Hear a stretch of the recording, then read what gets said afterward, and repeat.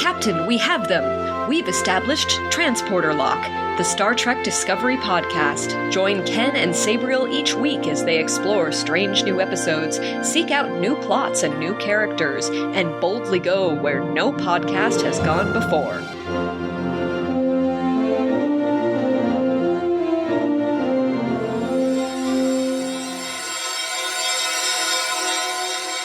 All right, what are we doing here? Okay. Star Trek, the podcast. Hello and welcome to Transporter Lock episode number 77. I'm your co-host, Chief Engineer Ken Gagney. I am Captain Sabriel Maston, wondering if Ken is going to edit my little intro and accidental intro out. Nope, everything stays. So we have a bevy of Star Trek information to share today and to discuss. We have Star Trek Lower Decks, 3 different episodes we'll be reviewing. Season 2, Episode 3 will always have Tom Paris. Season 2, Episode 4, Mugato, Gumato. Season 2, Episode 5, An Embarrassment of Dooplers. And then we're also going to be talking about all the news that came out of Star Trek Day, which was just last week. So that is the agenda for today. Sound good, Captain? That sounds like a really good gay agenda. Well, I'm just reading the pad that you gave me. The Chief Engineer doesn't set the agenda. I gave you my gay agenda. Which is the same as everybody else. Just wake up, have breakfast, sparkle rainbows everywhere. Do laundry. That's right.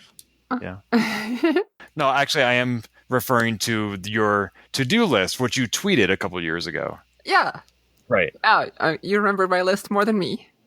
But actually, I do have a whiteboard outside my office here with labeled the gay agenda. So I write down things I have to do each day. And where do you write down to feed your poor hungry cat who has never had food in her entire life? Man. Thankfully, they will remind me of that every day, twice a day, that they've never eaten before. Oh, what a diligent cat.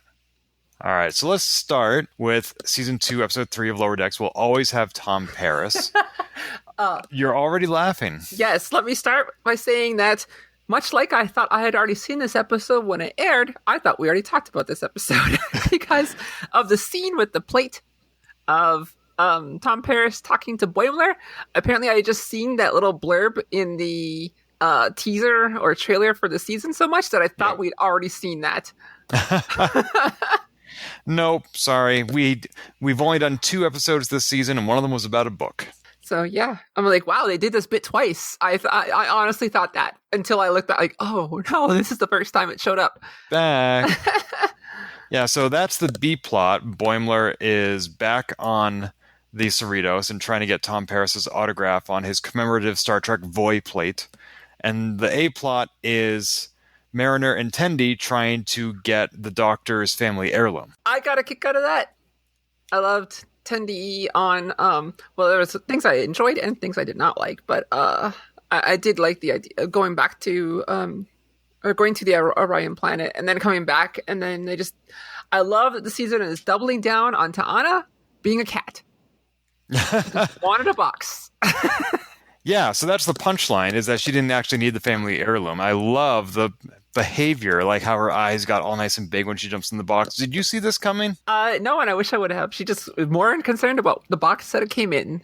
Right, like even when she said she wanted the box and she started walking off with it, I was like, why does she want the box? And then she disrobes. I was like, oh, because she's a cat. I get it. I love it. But a lot of stuff happened along the way. They went to the Orion homeworld. Have we ever seen Orion before? Was it the actual Orion homeworld, or was it just a planet? Oh, you're right. I'm sorry. It's a pirate outpost. Yeah, it was a pirate outpost. You're right. He was a thief in a space pirate outpost, or something else that played the Orion stereotype. You're right. Yeah, but it is not the first time we've seen an Orion place, because Enterprise, which we were talking about before the show, we saw the Big Show trying to sell off Enterprise people they kidnapped. Yep. And of course, there was more recently in season 3 of Star Trek Discovery, the Orion Andorian outpost. Yes, the very bad Orions. I didn't like that makeup. Yes. I think you'll probably have liked the makeup in Lower Decks better.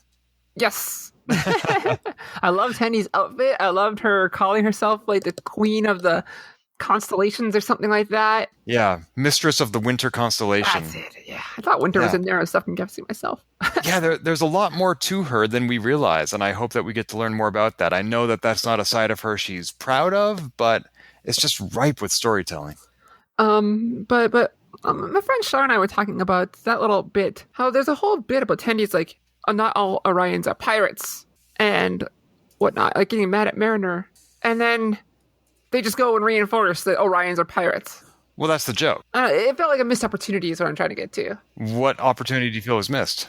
To explore the Orions more. I don't know. It just felt like, I don't know. It felt off. I wish I had better words, but it felt off. Are you saying that you wish that they had visited some Orions who weren't pirates and thieves? I'm saying that if there are Orions who are not all pirates, I would like to see more of them. Well, I guess Tendi is the exception that proves the rule. Kind of like how Rom was the only Ferengi in Starfleet and Worf was the only Klingon. No, Nog. I always confuse Rom and Nog. Sorry. But I am glad that Tendi and Mariner got to hang out more. They're showing different pairings hanging out this season. Yeah, they explicitly called that out. They're like, wait, we haven't? How have we not done that? I still haven't seen Mariner and Rutherford hang out a lot. I'd love to see that pairing. Yeah, we got a little bit in next episode that we're going to talk about. But when Mariner and Tendi went to the Orion outpost and they just basically dye Mariner's skin green, I was like, are we wearing other people's skin colors now? Is that an okay thing? That also felt weird. I mean, I know it's very different. Like, it's not like you're casting somebody. You're going undercover. And there's a long history of that in Star Trek. I mean, Deanna Troi was a Romulan. But yeah, or you know, like you get Seska is Bajoran. Right. And how Kira was Cardassian. Yeah, or Enterprise crew, or any multitude of alien species they land on. Right, so, or Voyager were bored. Yeah, so I mean, like, there's precedent, but something about that specifically, I think maybe even because they called it out.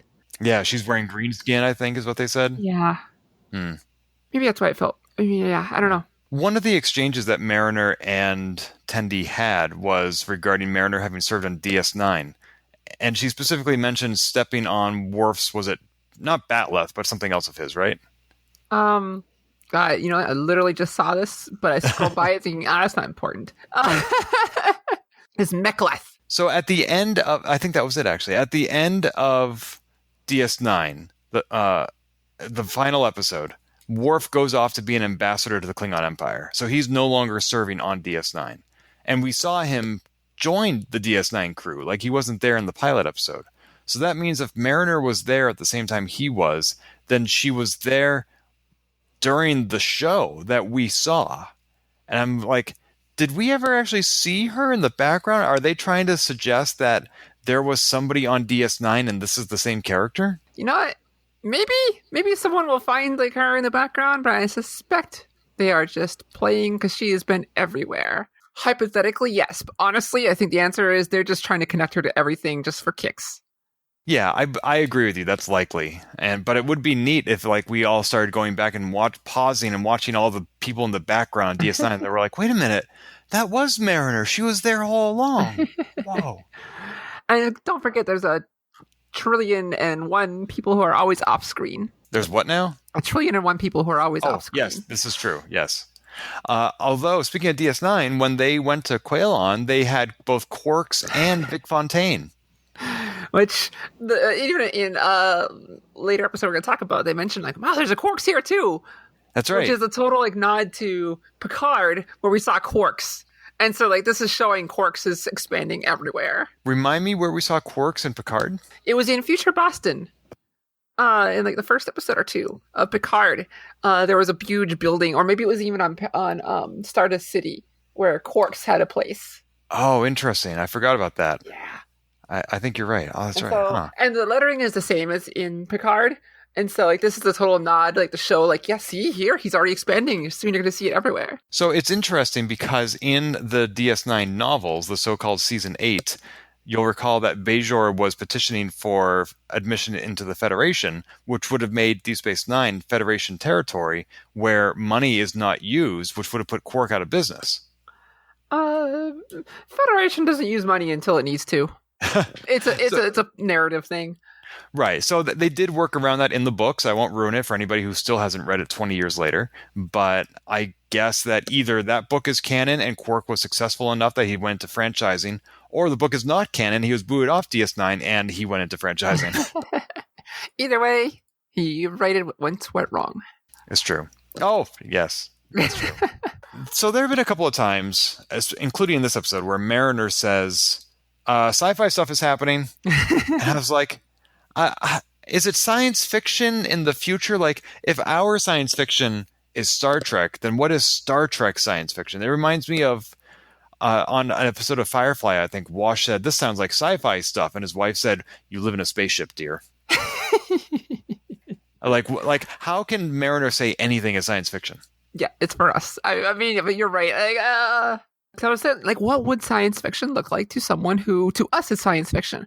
But then, but like, because you've seen so much, but then that's just more like time travel. It's not even science fiction then. It's so, I mean, the singularity. I mean, right. What is science fiction to someone who's science fiction? Especially when you have shows where what graphically, when you're making it, like TOS is far beyond the realms of TV production now. But when you make Discovery that takes place beforehand, like tech, like Star Trek is basically, we can do it no matter what era we're in if we need to. Right. And so that's an interesting question that might need a panel somewhere. Well, one thing that is science fiction, which did not go explained. There was a third plot, a C plot in this episode, which was the return of the security chief. I love that. You do? Because I hated it. Because they were totally right. That no one in the lower decks would know at all why all of a sudden this person who died is back.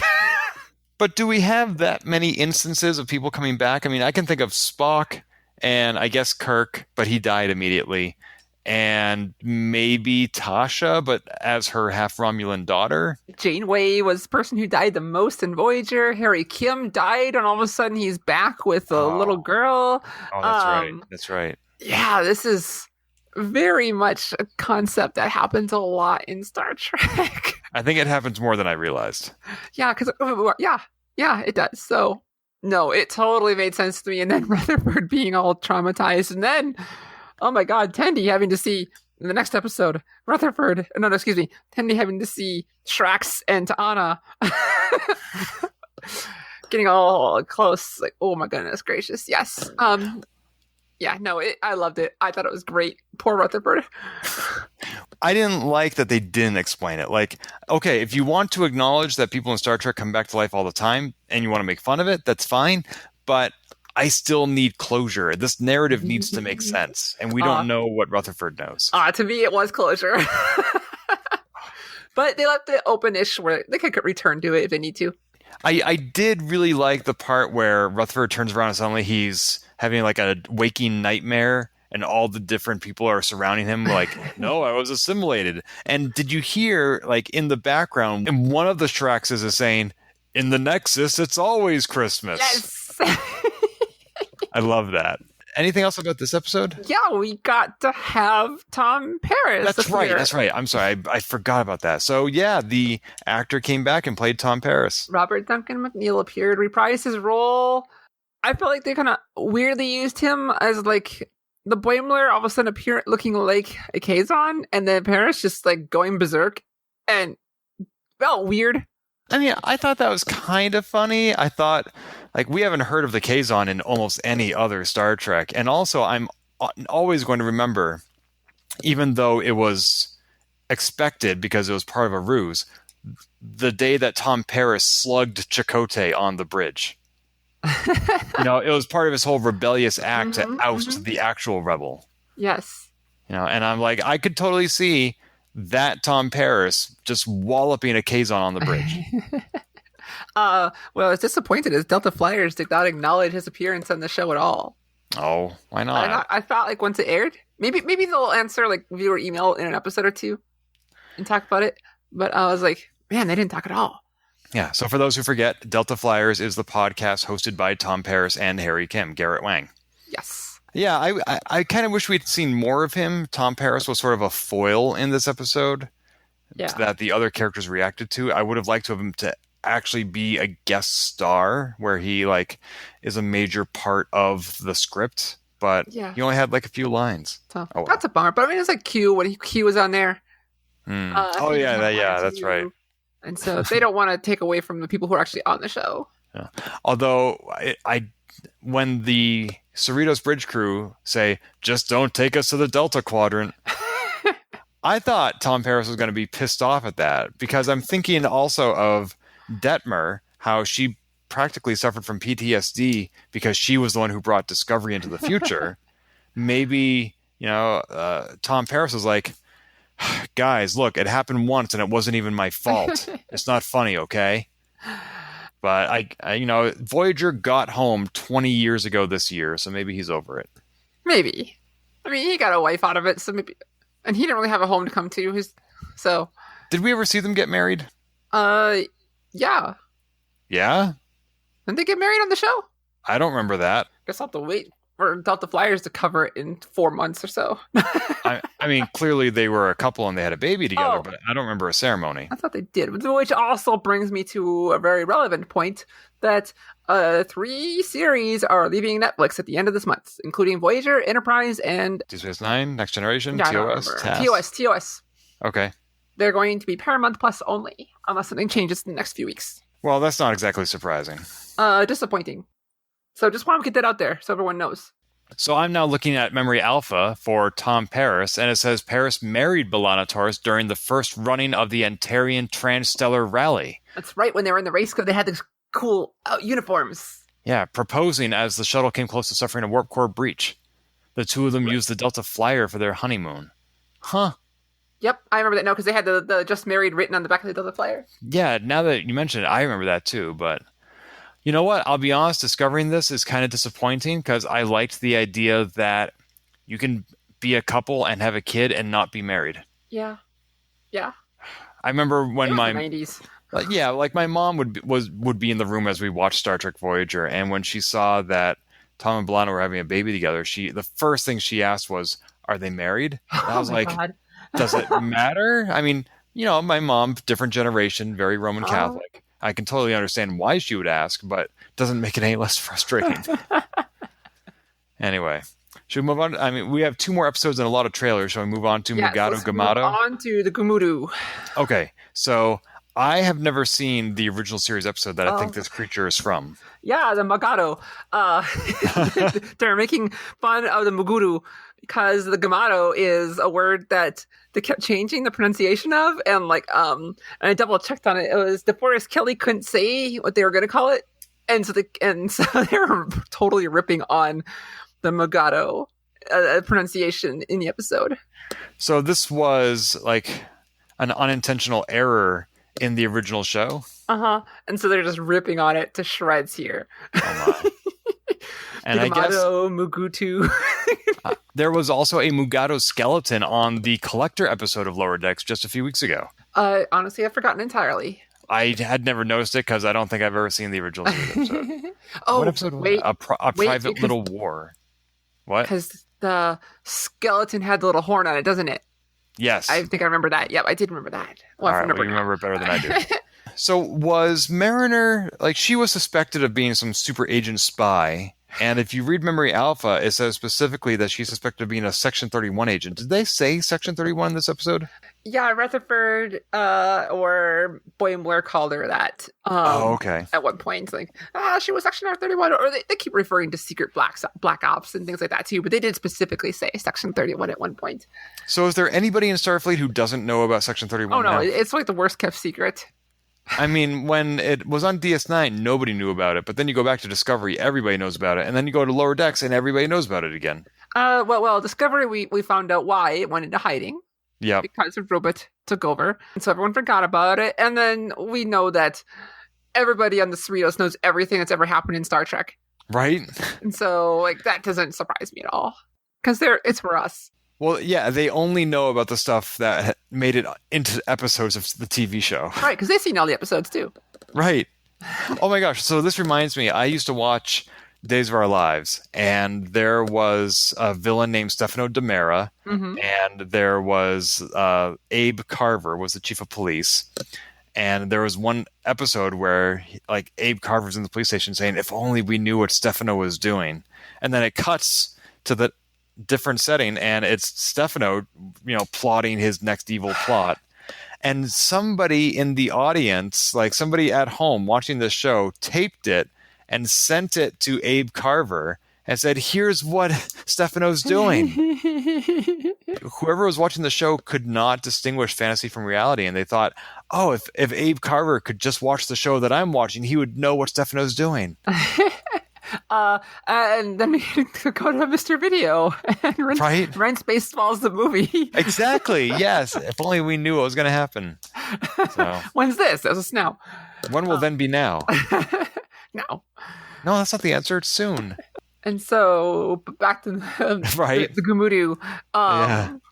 I got a kick out of this episode. Like the mating scene and the Watcher. I did not expect that at all. I thought that was so crude. I wasn't a fan of them being stuck in a log that was being humped by a Gumato while another Mugato was watching. And they're all wore out. Gross. Like even the Watcher. Even the Watcher. Well, I'm glad you got amused. I did. And they also had the Ferengi, whose name was Kink. I didn't even notice that. The KYN Kink. Because at the end they show a big sign and it's covering over the outpost. And it had the Kink's Mugato whatever refuge or whatever like that. But it wasn't just any Ferengi. These were Last Outpost Ferengi. Yes, I love that they referenced that too. Are you some kind of weird Last Outpost Ferengi? Because they're all talking like I was honestly surprised we did not get a human. Right? I mean, we had that joke last season, but was that phrase Last Outpost ever actually used in the episode Last Outpost? Oh, I don't think so at all. So the crew of the Cerritos are actually referring to the name of an episode of TNG? Yes. See, I told you they watched all the episodes. That's the only way to explain this sort of meta humor. You must be correct. I mean, they might have. It's been a while since I've seen the episode, to be honest, but I'm going to run with the running theory since I don't want to stop the audio or make everyone listen to me track and scrub through Netflix. So you do it too. You would. I would. For the erotic part. I loved the compromise that they came to at the end. Like, I actually was expecting that to be some sort of a bazooka because that's something Kirk would do. You just like get some dirt and some bamboo together and you build a bazooka. And instead, it was a projector and they played to the Ferengi's actual interest and found a non-violent solution. The part where they're going to go shoot, like here, and the image shows up with their cost analysis. And then one of the Ferengi still gets uneasy and gets ready to use the whip. And the other one's, Kink's like, no. Well, because they're still Starfleet. Yeah. I love that they're using the whips. Like, Enterprise brought them back, and then the cartoon here can bring them back because actually working with them, I'm sure, is a pain in real life. That's why they stopped using them. Well, remember in one of the very first episodes of Lower Decks, if not the first episode, Mariner recruited a Ferengi to act like a Ferengi when he actually wasn't that savage. Yeah. Oh, my God. So we've seen a lot of different Ferengi here. You know, it's funny how much when I can talk about the show and whatever like this, or I can enjoy it more, but when I'm watching it by myself, like I mentioned last time, like I get so little out of the episodes until I actually have someone to talk to. Like my friend Char and I will text. I wish I had someone to actually physically here to watch as I'm watching it. No, I get it. I mean, one of the reasons you and I created this podcast is because neither you nor I have somebody to sit down and watch Star Trek with. And talking with each other is the next best thing. Yeah. But it's not a substitute. So I've had the good fortune to actually watch Lower Decks, all 5 episodes so far, with friends. I watched the first 2 or 3 with a friend of mine, and then another friend showed up, and she hadn't seen any of them. So I went back and watched the first 3 again with her, and then watched 4 and 5. So I've seen the first 3 episodes like anywhere from 1 to 3 times each. And then 4 and 5 once each. And it's been nice. Like this most recent friend of mine, we actually also watched Star Trek First Contact. Nice. And it took us several hours because either she would pause with questions. She had seen it before, but it had been a while. Or I would pause it just to tell her something that I thought was interesting. Assimilate this. Right. Yeah, well, I'd also read the novelization of the book, and there were like 2 or 3 key differences. Like, did I ever tell you why Zefram Cochrane is an alcoholic? Hold on. You did not. Would I ever guess in a billion years? It's actually very realistic. It's because you'll recall that movie is set right after World War III. Mm-hmm. World War III has disrupted the production and supply chain, and Zefram Cochrane no longer has access to the medicine he needs to treat his bipolar disorder. Oh, really? And so he self-medicates instead. Oh. And from people I've talked to, they have said that's very realistic. Wow. Yeah. Almost like someone wrote that in from personal experience. Right? So it really gives a whole new dimension to it. Like when he was in a manic phase, he was very productive. But even when you're in a manic phase, sometimes you need a downer, and that's what alcohol can do. And then you keep drinking when you're in a depressive phase because you've developed the habit. Interesting. I Yeah. didn't put that No. together at all. So, his alcoholism in the movie is almost a comedic aspect of the character, but Yeah. the book really introduces a whole new human element to him. I really like that. Yeah, me too. There were some things about the book that were worse than the movie, but that was definitely one of the better aspects. We also know that Lieutenant Hawk is gay. Yes, I read that novel, Section 31 novel. Yes, and also the ship is little. No, that was in the movie. There was something else. No, for real, there was something else there, but I've forgotten, so we'll just ignore it. But because we cut it too many times where I just get stuck on memory alpha. It's true. Yep. And let's not get started on memory beta. Speaking of, it's really interesting to me that the length of the episodes, the recaps on memory alpha for Lower Decks is about as long as like any hour episode of Star Trek. Yeah, it must be written by a podcaster. I find it so fascinating. The only thing that's missing is like the production notes because it's not live. There's that, yes. In order to not be too long, should we move on to an embarrassment of Dooplers? But there was one more thing I was going to bring up. But Bring it up. This is the episode where they continued on the Ta'ana is a cat. As Tendi in the B-Flight is supposed to that's right. chase down people who haven't been scanned, who refuse to get scanned, like the 1 second scan. And the last person we find out is Ta'ana, who is a cat person. And when Tendi finds out it's Ta'ana once goes total cat mode, runs away, hides underneath the shuttle, goes under tubes, attacks. Oh, wait, and all stuff. And I just loved the doubling down on she's a cat. The part where Tendi found out who the last patient was and the doctor started clapping and slowly turning around, well played, you figured it out. And I was like, this is getting dark. So I love that. And we also found out that Mariner is the one who's spreading all the rumors about Mariner. Yes. Makes perfect sense. And the guy from Maine who's clearly a bartender. Sounds like Herman Munster from Pet Sematary up there. Oh gosh, I haven't seen Pet Sematary. But... I mean, you don't really need to see it other than it has Tasha Yar in there. It does? Denise Crosby's in that movie? Yep. It's like I think that's one of the first movies she did after Next Gen when she left Next Gen to be a movie star. I think I only ever saw her in Next Gen and Lois and Clark. Oh, and she was also in. She did 2 movies on Trekkies too. If you ever want to see those, I know she's done those, but I haven't seen them. They're okay, to be honest. Skippable but interesting. I mean, if you want to have something to put on the second screen while you're doing other stuff, it can be kind of neat to have on. But I don't know if it's really honestly worth a sit down and watch. But I mean, it's neat if you ever come across it. Yeah. But don't go out of your way, in my humble opinion. But at this point, there are so many Star Trek documentaries. Yeah. I was like, I don't know why I should watch one instead of the other. Right. And this is before there were a whole bunch more. And so, yeah, if you see it, go for it, but don't go out of your way. Noted. Especially the second one. First one's way better. The first Trekkies? Yeah, there was 2 of them. Okay. Noted. Thank you. An embarrassment of Dooplers. Oh my god, I really didn't like this episode. No, why not? Well, I mean, certainly there were aspects that I liked, but I really didn't like the Dooplers themselves. I thought that was like a stupid characteristic for an entire race to have, and I just was... I don't know. I just thought it was kind of like Tribbles, how they just explode and everywhere, and I just didn't need a sentient Tribble. Yeah. And also the idea of always walking on eggshells around somebody, like I already do that with my family. I don't need an episode of that. Yeah, I hear you. I'm glad that despite them being part of the A plot, they're kind of the B plot. Even though they're part of the main thing. They were all over the episode. However, everything was around Boimler and Mariner. The Dooplers were kind of a, what's that? The catalyst. Okay. But thankfully they weren't. But I'm kind of with you. The Dooplers, like, okay, yeah, this is the thing that only makes sense in a cartoon because, and they looked they looked like Flintstones cartoon characters. They did not seem to fit the animation style of Lower Decks. I'm glad you clarified what you meant by that because everybody in Lower Decks looks like a cartoon character. But yeah, there are parts I liked about this, but I think it fits well in the middle of the season when it's not one of the best ones. Yeah, I liked all the Easter eggs when they went to the party. Like Okona was the DJ. That's outrageous.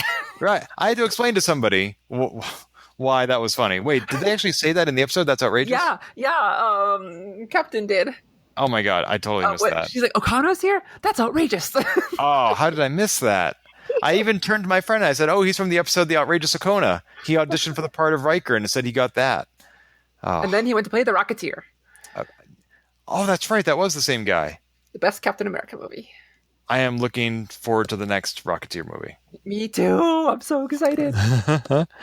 I liked in the bar, not only were Kirk and Spock's initials in there, which I think that was kind of hinting at all the fanfic about them. What do you think? That did not occur to me, but I can see that.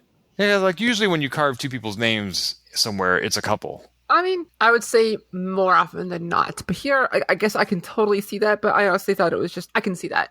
Well, I mean, to be clear, I don't think Lower Decks was suggesting that they are a couple. Right. I think it was a meta reference to the fan fiction. Right. You could be right. I did not see that, but...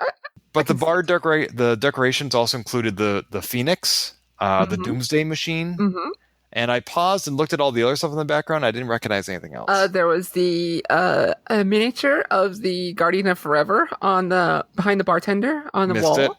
There was portraits like the weird insectoid like alien that was in the animated series. He had a portrait on the wall. Oh, okay. That would be why I didn't recognize it because I haven't seen that episode. He was like a main, I don't want to say main character. He was on a lot of episodes. But if you pause and look at all the pictures in the background, you'll see a lot of references. And then we also get to see the people who are not fish people, the fish beings. Yes, I did which was see funny. That. We got to see another Quarks. Yep. We got the Data and Data lore, maybe. Oh, the bobbleheads or the bubbleheads, yeah. The avian race, I think they were from animated series as well. Wait, is that the same avian race that we keep seeing on the Cerritos Bridge? No, it's different. I think it's a different one because that guy walks around like a suit. These people were just walking around in total bird form. It reminded me a lot of BoJack Horseman. Still haven't seen it. Oh, great show. If you want to see a great show about depression and alcoholism. Fun. But no, it's a really good show, to be honest. Yeah, there was tons of little references here and there. There was multiple people of Morn species. One was in the bar with Mariner and Beckett in the end, passed out in the back from drinking too much. I did see a Morn, yeah. There's one walking around. We got to see inside of a Vulcan ship. We got to see an Andorian ship at Space Dock that we saw in Enterprise a bunch. I'm sorry, I said a Morn. I should have said a Lurian. Lurian, that's it. I couldn't think of the actual off the top of my head. But as for the episode, yeah, I'm trying to get into a party. We got to please see Captain Shelby. Yeah, and were we supposed to know that person she was with? I don't think we were supposed to, but I think that one was in one of the movies when they were in like the Starfleet headquarters in the background. Triangle head with multiple eyes things. Wait, Pyramid Head? What? No, completely different. That would be a very different Star Trek. I think if I recall correctly in the memory, in the beta canon, Shelby for a while was Riker's number one. I think. Now she's captain. Yep. Not surprising. Yeah.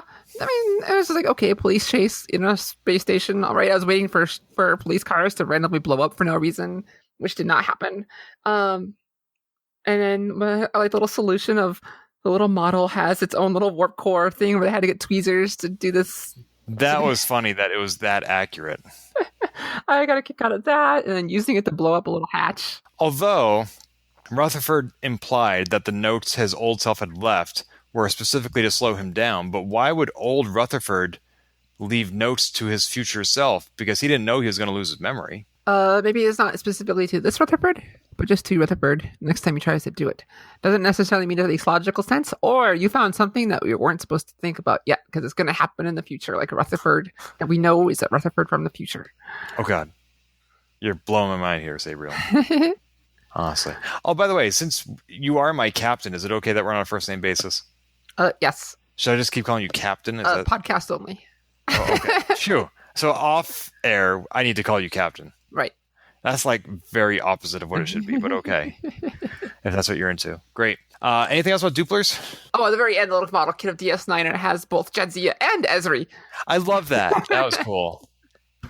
Yeah. I forgot his name was Samantha. What is it? Samantha. Who? Rutherford. His whole first name is not Sam. It's Samanthan. Okay. I just never knew that, or I'd forgotten about it. So when they called him Samantha in this episode, I'm like, who? What? Oh, it's you. Yeah, Samanthan. It's Samantha with an N. Yep. That's it. Neat. But speaking of Rutherford, I was thinking this week because I watched some Voyager, and I'm like, I started watching like for the third season. That's where Delta Flyers, the podcast, is at, and I was like, I'm gonna watch along with these guys a little bit while I can, while it's not on Paramount Plus only. I was thinking, like, they had 7 Borg, but they just really didn't do a lot with cyborg people in the whole entire run of Star Trek. Closest we got for the longest time was 7. Mm-hmm. And then on Ariel. We had Arium. 2009, they had someone who might have been one, but they just done so little with cyborg, and that's common cyber or like sci-fi trope. Mm-hmm. I'm wondering if that was an intentional thing or they just never thought of it. And it's not really a question for you unless you have an answer, but I just thought that was interesting that they didn't really use cyborgs much in most of the run of Star Trek. Well, you have reminded me tangentially of going back to We'll Always Have Tom Paris. When Boimler was in line at the replicator, there was somebody in line behind him with a visor like Geordi's. That's right. And I don't understand why they had that, because by Star Trek First Contact, he had gotten rid of his visor. And I explained how the last time we saw him was when he was in Star Trek Generations, and the Klingon sisters had hacked his visor so that they could get the shield frequency and destroy the Enterprise D. And my friend who I was explaining that to said, well, maybe that's why he upgraded to these bionic eyes, was because they're more hack-proof. The visor was a security risk for Starfleet. So if that's true, either they've improved the visor and people can still use it, but even if they have, if the bionic eyes are quote-unquote better, why would somebody choose a visor? Unless there are certain prerequisites. Kind of like I can have contact lenses, but I can't have LASIK surgery. I'm just not a candidate. So maybe somebody's a candidate for a visor and not for bionic eyes. I feel like you honestly answered your own question.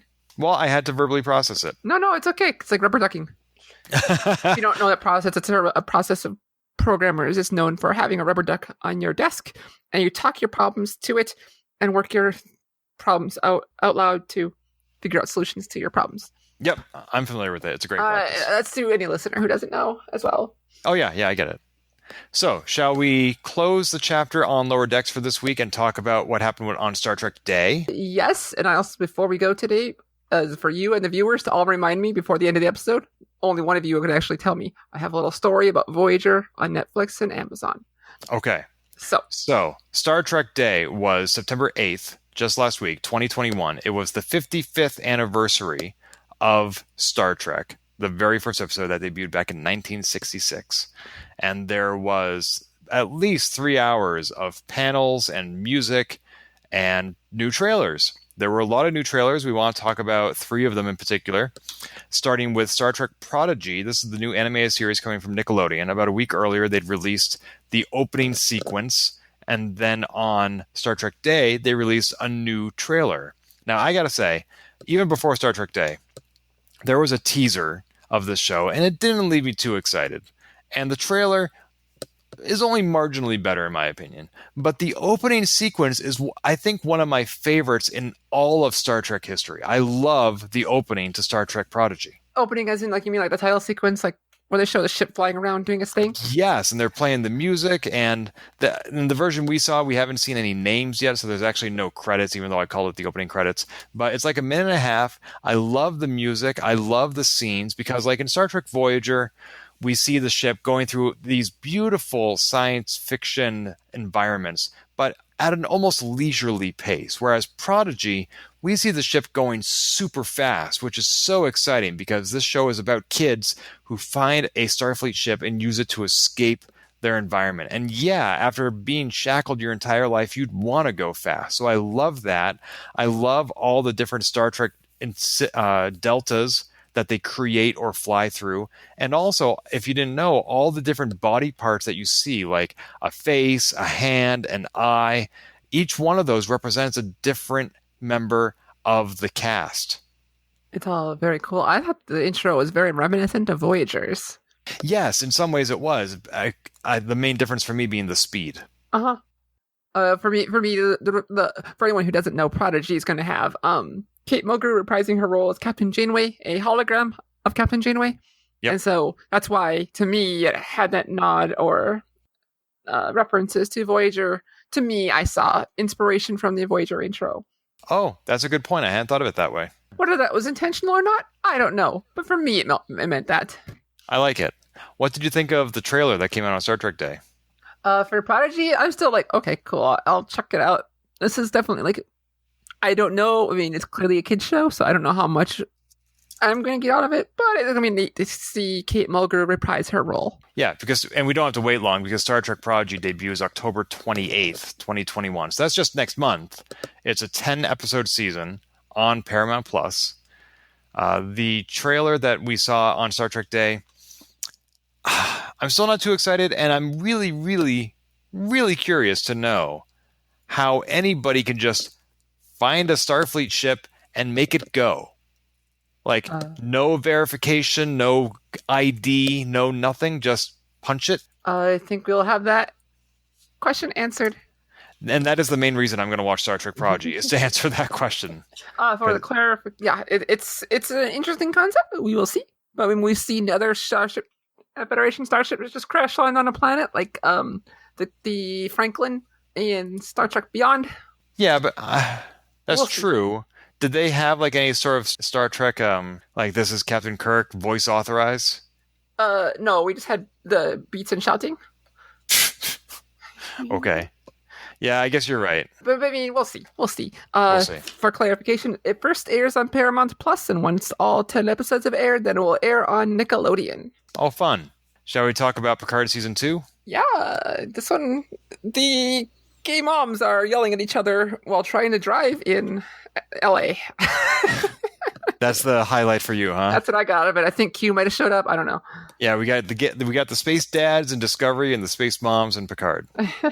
So it looks like every character from Picard is being thrust into an alternate timeline. It looks very Nazi-like, lots of black leather. And they have to somehow go back in time and undo whatever deviation in the space-time continuum caused that timeline to occur. And I just don't understand why. This sounds like a two-parter season finale, season premiere. I'm sure it'll make more sense once it airs. But for me, it's like, are we going to see the beginning of the mirror universe? That's what I was wondering too. Or like where things diverged, if there was a divergence, or if it was always that way. But or it was just a to me, it was like, this is what happens if Trump gets back. Oh gosh. I'm still excited. I mean, we get to see now that poster of LA. We got like 6-8 months ago or so, whatever it was. Making the Delta symbol makes sense with highways instead of like. That'll make sense because for whatever reason they go back in time as well. I hadn't seen that. I think we commented on here on the show, but we were like, what in the world does this mean? Why are they making Delta symbol out of the highways? And now it makes sense. We get to see Raffi and Seven doing their gay stuff. I mean, we get to see Q tormenting Picard. Like, even in death, even when he's already dead, he can't get away from Q's trial. And what is up with that? I mean, okay, the trial never ends, but why is... This is not humanity on trial. This is Picard. It always comes down to Picard. 3 times now, it's always been down to him. Like, why are there not other representatives of humanity that Q can test? We don't know that there aren't, because he went and hung out with Janeway and Sisko hit him, which Picard never did. Right. But he has a special connection to Jean-Luc. I guess. I don't know. I don't see how switching to a different timeline is like an existential threat like All Good Things was.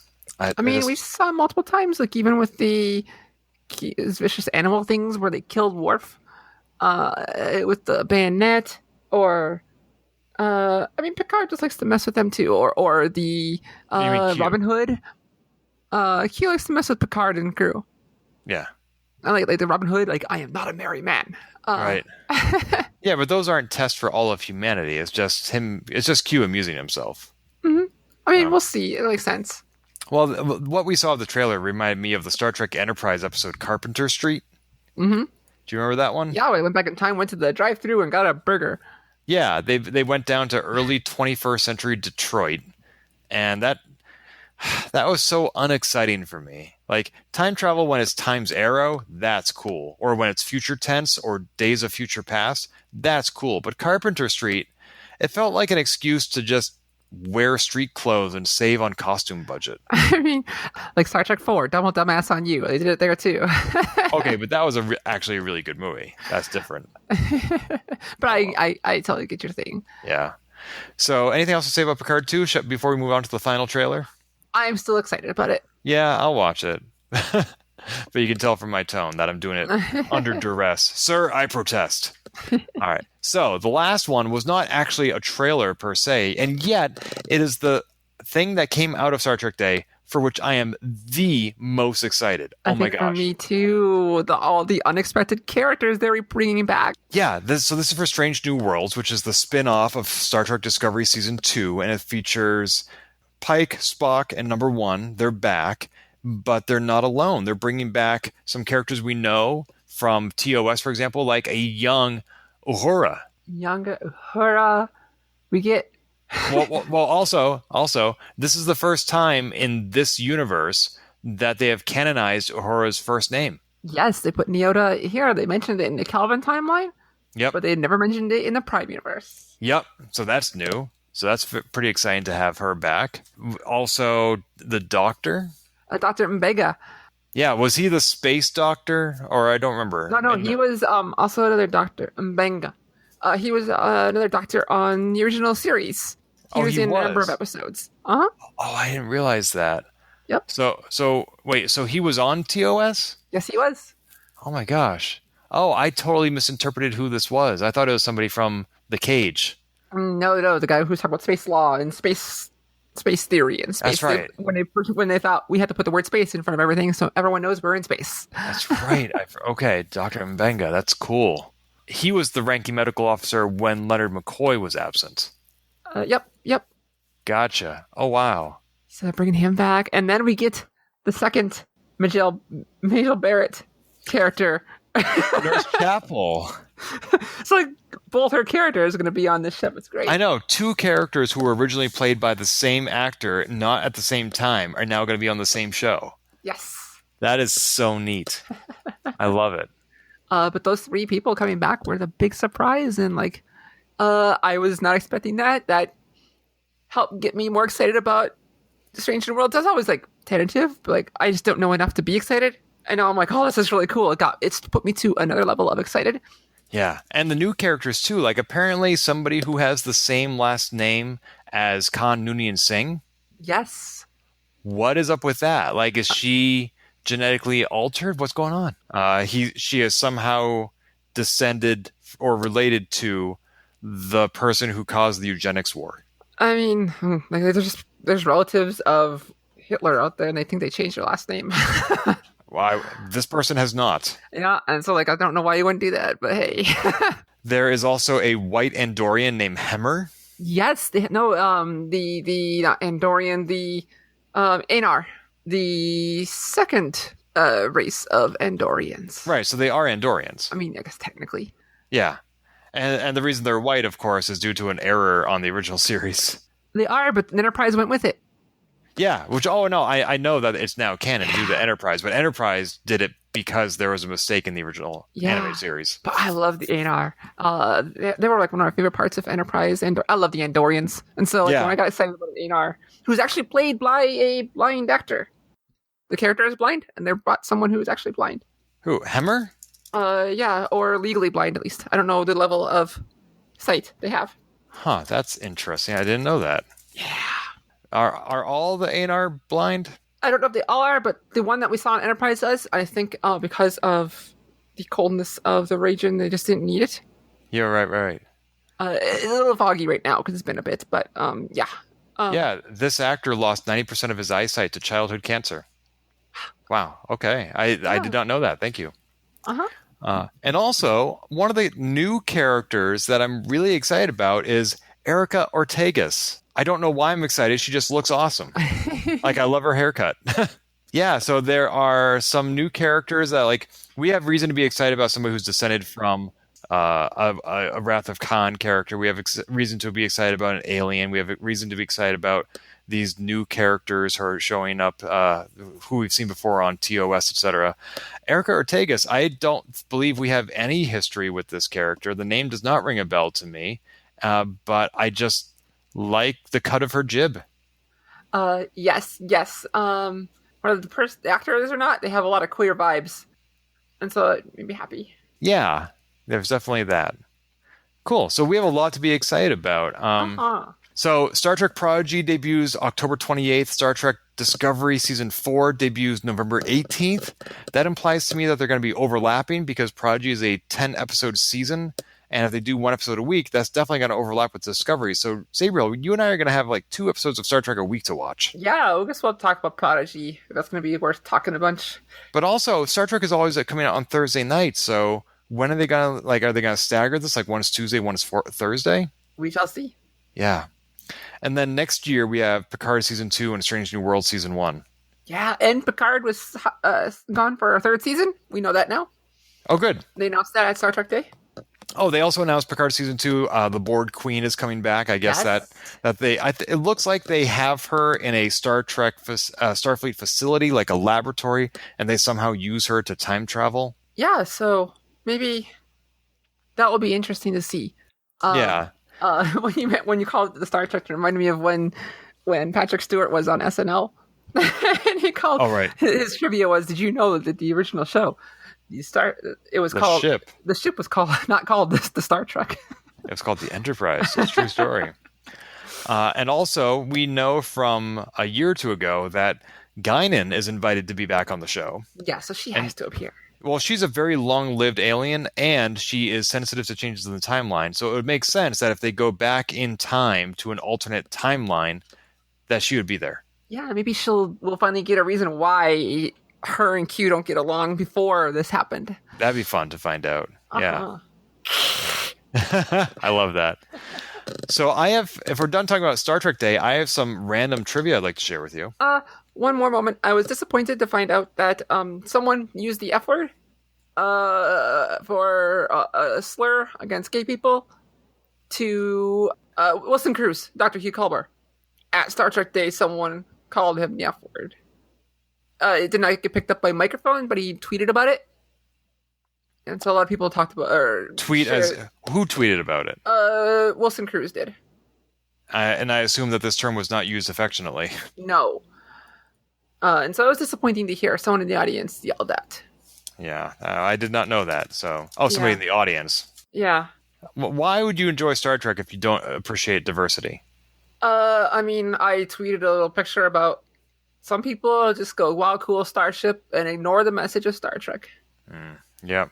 So that was disappointing, but he got a bunch of support. On the bright side, I did like seeing Will Wheaton and Micah Burton. Yes, Mika is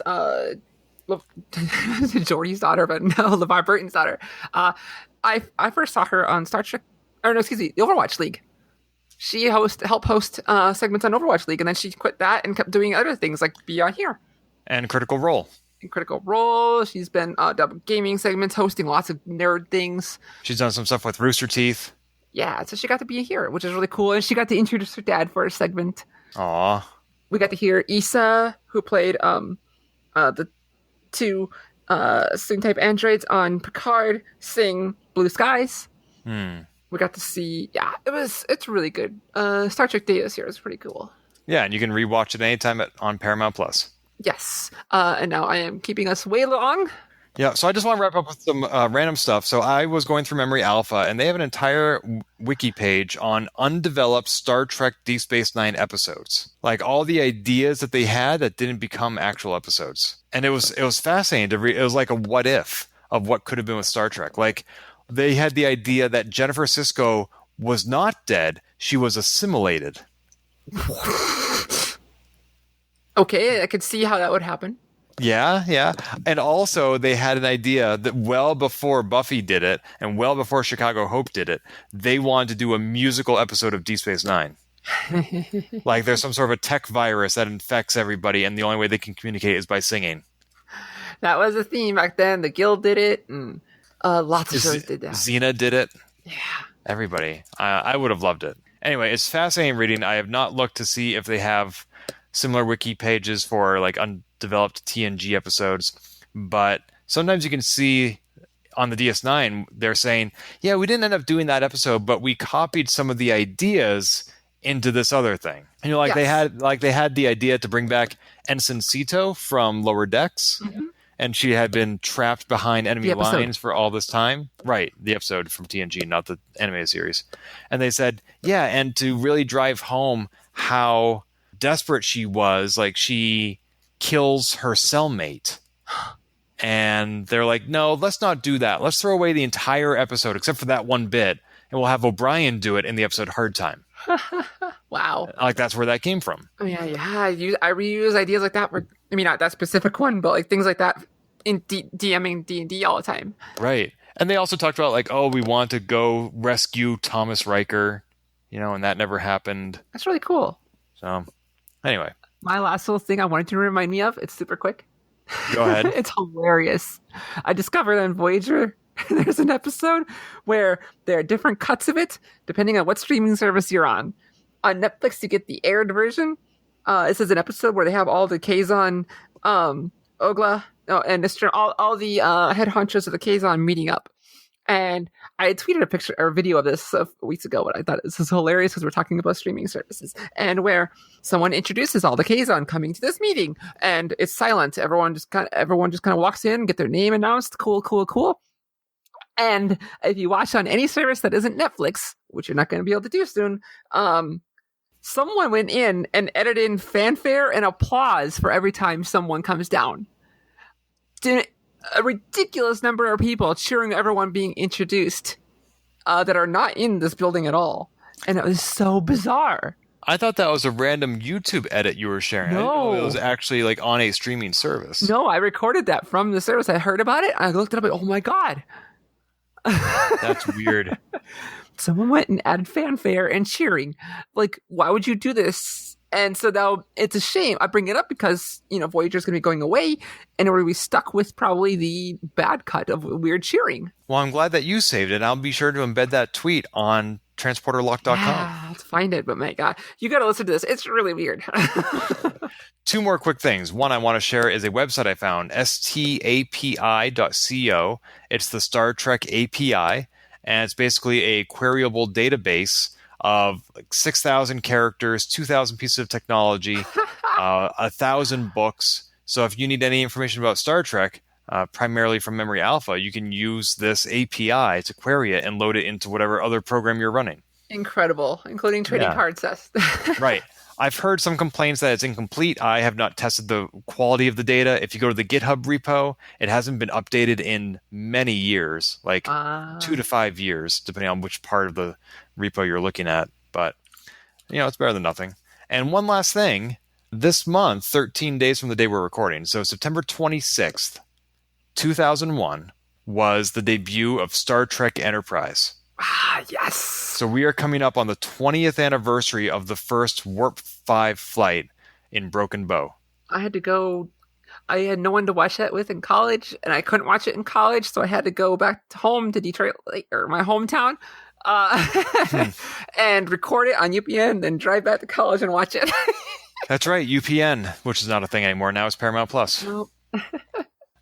But yeah, that was the last new Star Trek series for a long time. It was TNG, DS9, Voyager, and Enterprise all in a row, 18 consecutive years of Star Trek. Enterprise, which at the time was only called Enterprise, not Star Trek Enterprise, was the first Star Trek since the original series, the first live-action one, to not run for 7 seasons. Yeah, because that's how long TNG, DS9, and Voyager all ran. Enterprise was only 4. But if you can get through those first 3 seasons, the 4th one is really good. Get through. There's only one episode to tell people to avoid of Enterprise. Only one? Yep. Which one? No, it's one season in season 3 where LeVar Burton actually directed it, where Hoshi, Archer, and 2 others get down. They start turning into this race of people who were there already, similar to the episode LeVar was on TNG, except not as cool. And they had just like awful, weird acting. It was so bad. And I tell people to skip it.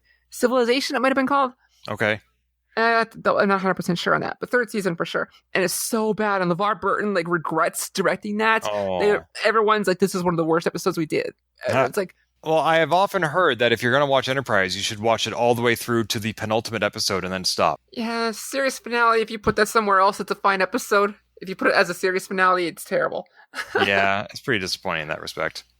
But also, we should also remember the context that Star Trek Enterprise debuted 2 weeks and a day after 9/11. Yeah, which was...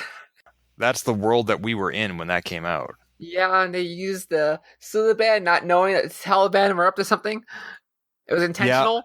Yeah. And like and then, season 3, which is now 2 years later, they had the opportunity to be inspired, quote unquote, by 9/11, and they start with a terrorist attack on Earth, and then we go off to try to find the aliens who caused it to stop them from destroying our planet.